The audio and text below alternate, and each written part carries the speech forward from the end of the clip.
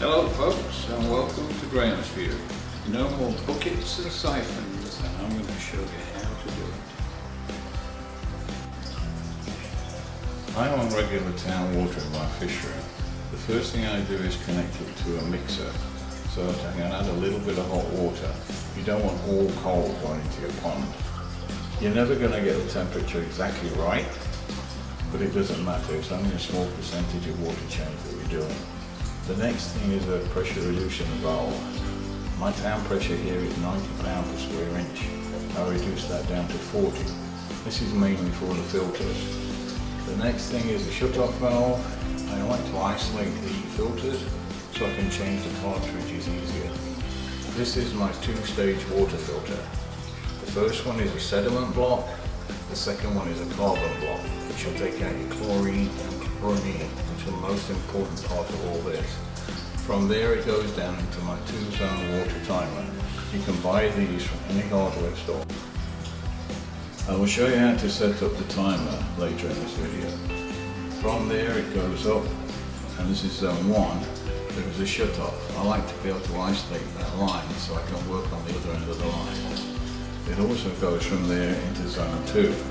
Zone 2 has a faucet on it. It's nice to be able to have some water that's been through the carbon filter in case you need to do anything, i.e. like air stones, pumps, anything like that. Zone 2 goes around the room to the next pond. This is where zone 1 comes across and into my larger pond. You can see it goes down, and that is where it enters the pond there. All this is very, very basic plumbing. All you need is a half-inch PEX piping and just crimp on the attachment. This is zone 2, exactly the same deal. This is where it comes down into the pond.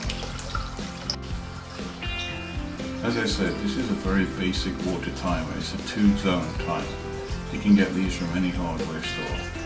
I have mine set up to come on 3 times a week, Monday, Wednesday and Friday, and each zone is on for a different time.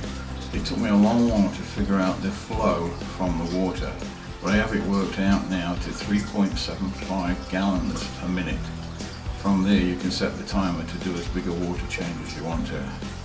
I'll just do a manual flush now, just to show you how it works.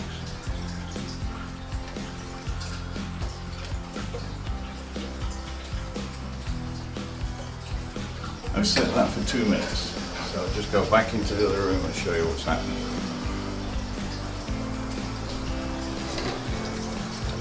And there you see, that's the water entering into the larger pond. This pond here is just under 400 gallons. So I have this set for, I think it's 14 minutes.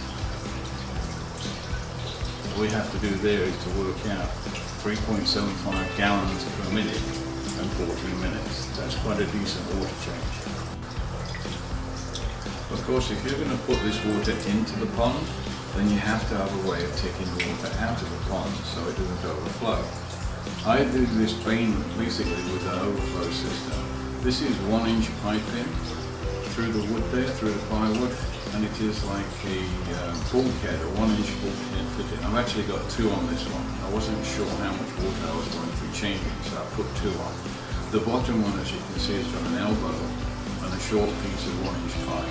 I can twist it, it's not glued, I can twist this around more vertical, which means I can raise or lower the level of the water. I could also go to the second one, cap it off, go to the second one, which would make the water in the pond higher. But I'm quite happy with this level of water. From there it goes out through the back and down into a waste system, which is just going into my waste piping. I also have a 1-inch ball valve at the bottom of the plywood tank. I like to use this as well. Sometimes if I see there's a bit of sediment in the bottom of the tank, I'll turn this on for 3 or 4 minutes and it drains the water level down. I know how far to take this down before I can switch it off, and then I know how much it will fill up with the overflow system. Most of the time I find the simple overflow system on the back works good. I don't use this very often. These are some of the fittings that I use when I'm doing the work on the ponds. First one is a bulkhead. That is the one you saw at the back of the 400-gallon tank. Very, very easy to use, very, very cheap to buy. This takes 1-inch PVC pipe. The second one is a uniseal. Use uniseals mainly for like filters, especially when you're using the big like garbage type container systems. I'll show you some of those. That is a uniseal. So that's it for now, folks. If you enjoyed this video and you found it useful, please like and subscribe.